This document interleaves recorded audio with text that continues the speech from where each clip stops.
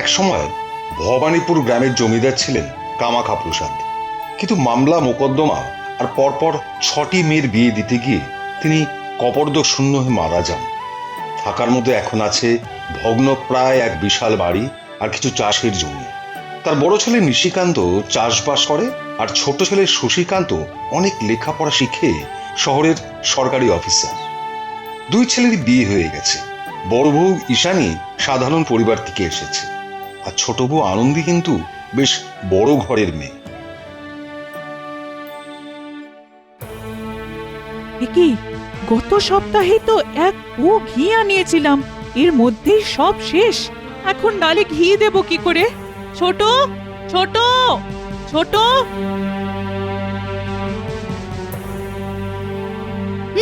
বলো। হ্যাঁ রে, কদিনেই এক পো ঘি শেষ হয়ে গেল।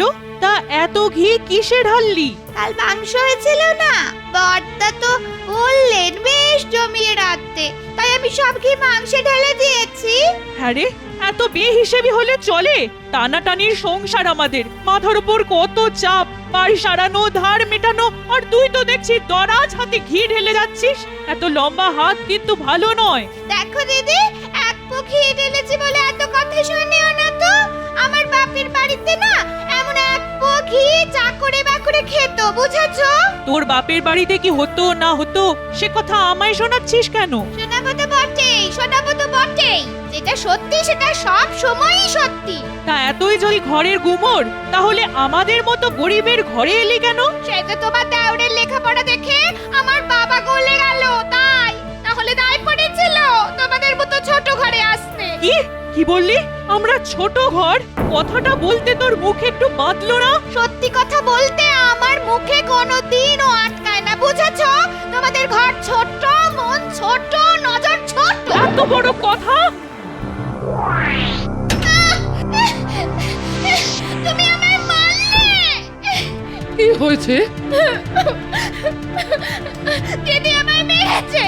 আমি আর থাকবো না এখানে।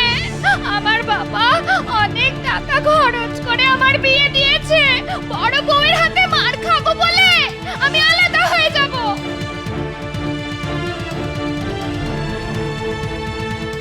কি হয়েছে বড় বৌমা? বলছি বলছি বলছি সব বলছি।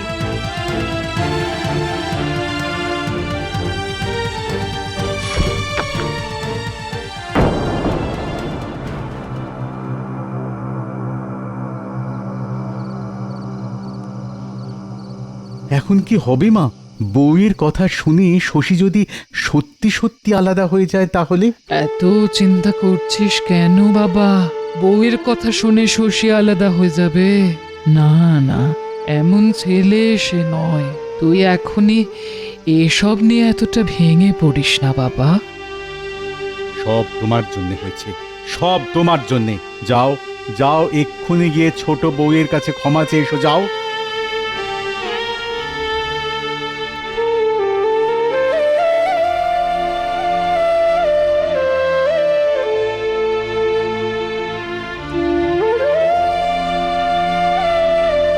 আমায় ক্ষমা করে দে ছোট। আসলে রাগের মাথায়, দেখ আমি তো তোর বড় দিদির মতো। তার দিদি যদি রাগের মাথায় কিছু করেই থাকে, তাহলে কি ছোট বোন ক্ষমা করে দিতে পারে না? না, পারে না, পারে না। যাও, তুমি নিজের ঘরে চলে যাও। তোমার সঙ্গে আমি কোনো কথা বলতে চাই না। যাও বলছি। দুদিন বাদে শশীকান্ত বাড়ি এলে আনন্দী তাকে সব কথা বলে। তারপর তারপর আমাকে বাবা মা তুলে কত কথা শোনালো, কত কত কথা। কেঁদো না, কেঁদো না আনন্দী। আমি যখন এসে গেছি তখন আজের একটা সুরাহা আমি করব। কি আর সুরাহা করবে? সেই তো মা বৌদির কথা শুনে গলে যাবে। একটা কথা কিন্তু স্পষ্ট করে বলে দিচ্ছি তোমায়, এই বাড়িতে আমি আর থাকবো না। আমি আলাদা হয়ে যাবই যাবই যাবই। তুমি চাইলে তাই হবে। শহরে তো আমার কোয়ার্টার ফাঁকাই পড়ে আছে, সেখানেই নতুন করে সংসার পাতবো আমরা। কেঁদো না, কেঁদো না তুমি লক্ষ্মী।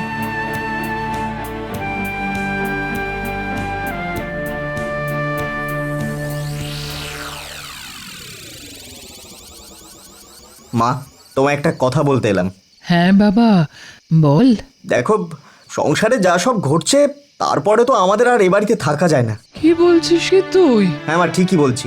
কালে আমি তোমার ছোট বৌমাকে নিয়ে শহরে চলে যাব। পাগলামি করিস না বাবা, আলাদা হয়ে গেলে লোকে কি বলবে? লোকের কথা আমি ধার ধারি না মা, আর সংসার? সে তোমার বড় ছেলে আর বড় বৌমা বুঝবে। দেখ শশী, তোর বাবা চলে যাওয়ার পর তোদের দুই ভাইকে নিয়ে অনেক আশায় বুক বেঁধেছিলাম আমি। সেই বুকটা তুই এমন করে ভেঙে দিবি? টাকা কড়ির কথা বলছো তো? ঠিক আছে ঠিক আছে, খুব দরকার পড়লে জানিও, আমি না হয় কিছু টাকা পাঠিয়ে দেবো। টাকাটাই কি সব? সংসারে কি তোর কোনো দায়িত্ব নেই বাবা? সে কথা তো আমি অস্বীকার করছি না মা, তবে নিজের স্ত্রীর প্রতিও তো আমার একটা কর্তব্য আছে নাকি? আজ বটি ছুঁড়ে মেরেছে, কাল ঘটি ছুঁড়ে মারবে। আমার অনুপস্থিতিতে আমার বউয়ের প্রতি এই লাঞ্ছনা আমি আর মেনে নিতে পারছি না মা। তাই তাই একবার যখন স্থির করেছি তখন কাল আমরা যাবই। এসব কথা বলিসনি ভাই। ঠিক আছে ঠিক আছে, তোর বৌদি না হয় ছোট বউয়ের কাছে ক্ষমা চেয়ে নিচ্ছে। তার আর দরকার নেই দাদা, ছোট বৌমার বউ দিদির মুখ দেখতে চায় না।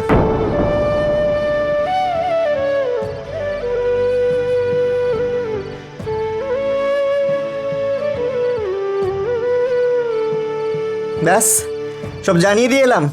কি হলো? আরে শুনছো কি বলছি?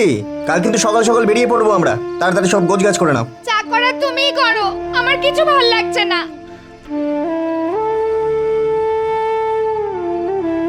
চাপ বাবা, এই তো আলাদা হয়ে যাওয়ার জন্য কেঁদে ভাসাচ্ছিল, আর এখন আলাদা হয়ে যাওয়ার কথা শুনেও একটু উৎসাহ দেখালো না।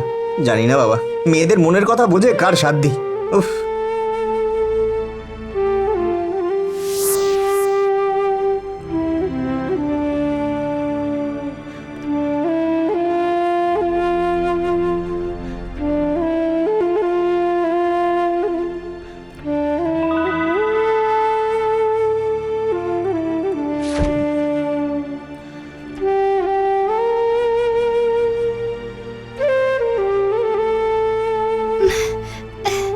বিয়ে হওয়ার পর এই বাড়িতে এসে এই গাছটা আমিই লাগিয়েছিলাম। আজ কত ফুল ফুটেছে গাছে, কত ফুল।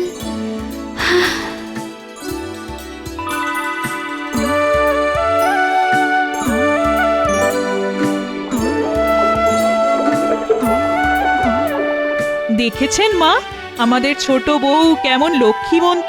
রান্নাঘরে পা দিতে না দিতেই দুধ কেমন উতলে পড়লো। আমি কিন্তু সংসারের কিছুই জানি না দিদি, সবকিছু শিখিয়ে পড়িয়ে দেবে তো আমায়? নিশ্চয়ই দেব। আজ থেকে তুই যে আমার নিজের ছোট বোন।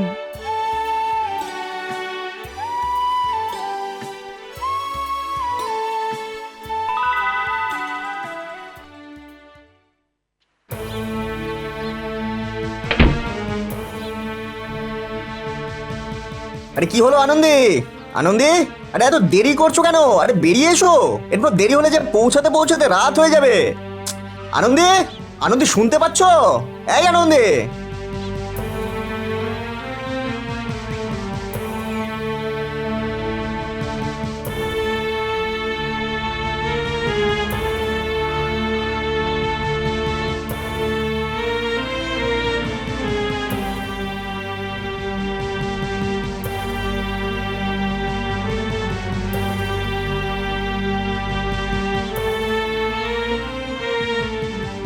নাও না নাও, গাড়িতে ওঠো, তাড়াতাড়ি করো। উফ, বড্ড দেরি হয়ে গেল গো।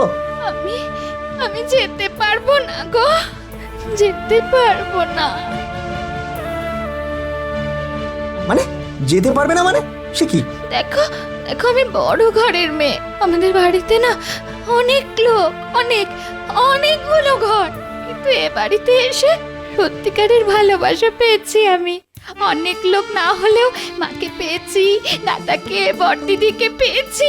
এসব ছেড়ে শহরের এই 2 কামরার কোয়ার্টারে একা একা আমি যে থাকতে পারবো না গো। আমাকে তুমি ক্ষমা করে দাও, ক্ষমা করে দাও। তাহলে তুমি যাবে না বলছো? না মা, তোমাদের ছেড়ে আমি কোথাও যাব না, কোথাও না। বড়দিদি, বিয়ের পর এ বাড়িতে যখন প্রথমে এসেছিলাম তখন তুমি আমার গাল টিপে দিয়ে বলেছিলে আমি তোমার ছোট বোন। ছোট বোনকে নিজের মতো করে গড়ে পিঠে নিতে পারবে না দিদি? হ্যাঁ? দেখ নিশি, দেখ শশী, আমার ছোট বউ শুধু মুখেই নিজেকে বড় ঘরের মেয়ে বলে জাহির করে না, ও আজ দেখিয়ে দিল সত্যি সত্যি ও বড় ঘরের মেয়ে। বড় ঘরের মেয়ে না হলে এত বড় মন হয় কি করে? এত বড় মন হয় কি করে? বড় বৌমা, বড় বৌমা, আজ আবার নতুন করে বরণ ডালা সাজাও বড় বৌমা। বড় ঘরের মেয়েকে আজ আবার নতুন করে ঘরে তুলতে হবে যে।